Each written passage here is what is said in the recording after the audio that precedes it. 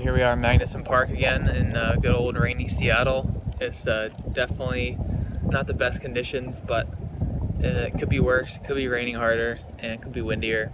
So as you can see, it's pretty empty here. No one else really in the parking lot. I don't know. Definitely not typical. There's usually people around.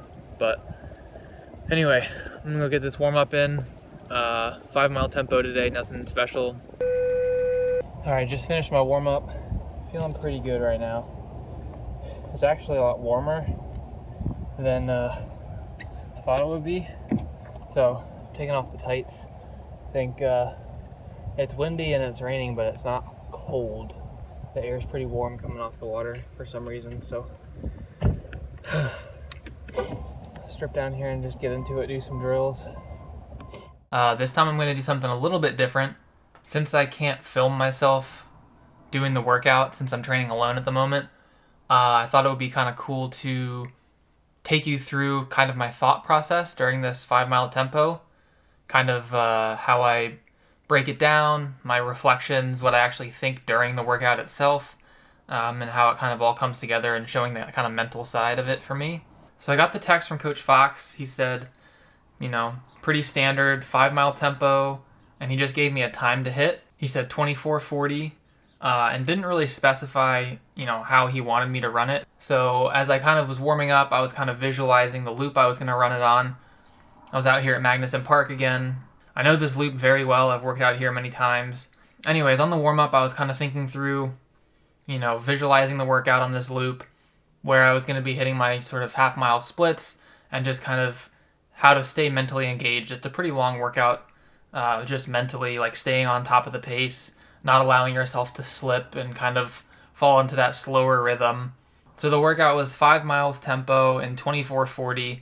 That was the goal pace. That works out to 4:56 per mile average, and I like to try to run it as even as possible.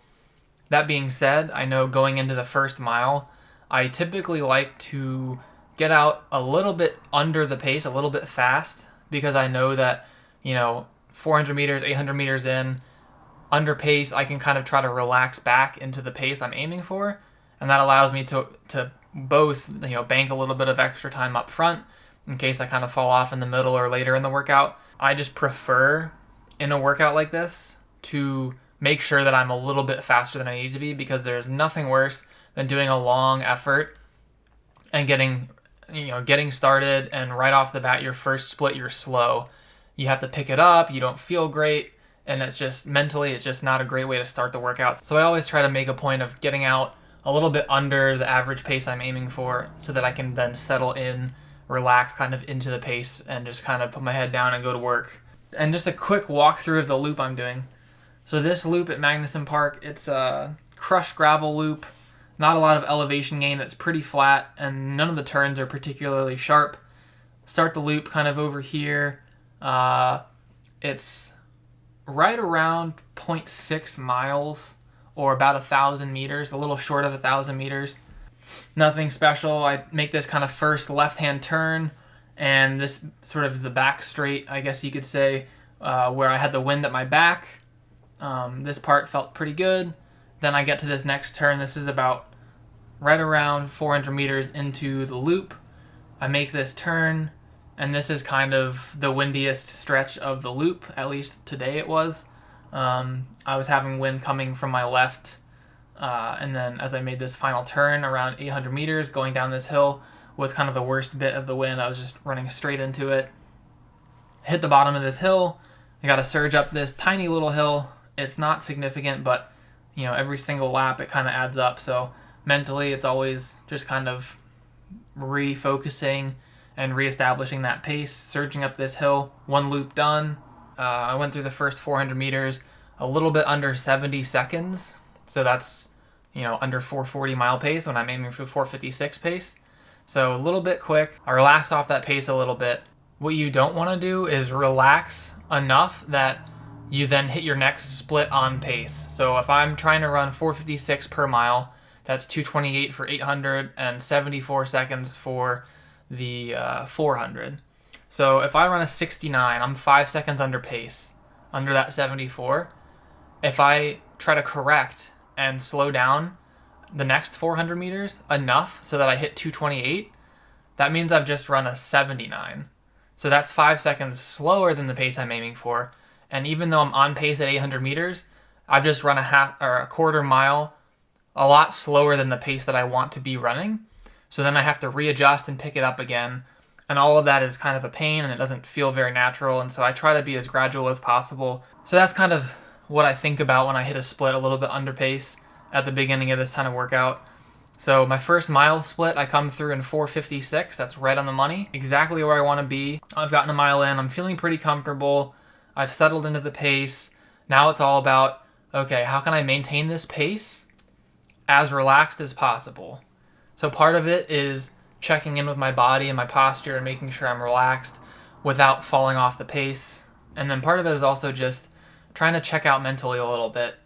Now, when you're doing a workout completely alone, you don't really have the luxury of completely checking out like you might in a group where you just tuck in behind someone and let them worry about the pace and you just focus on staying relaxed and whatever thoughts come to you during the workout.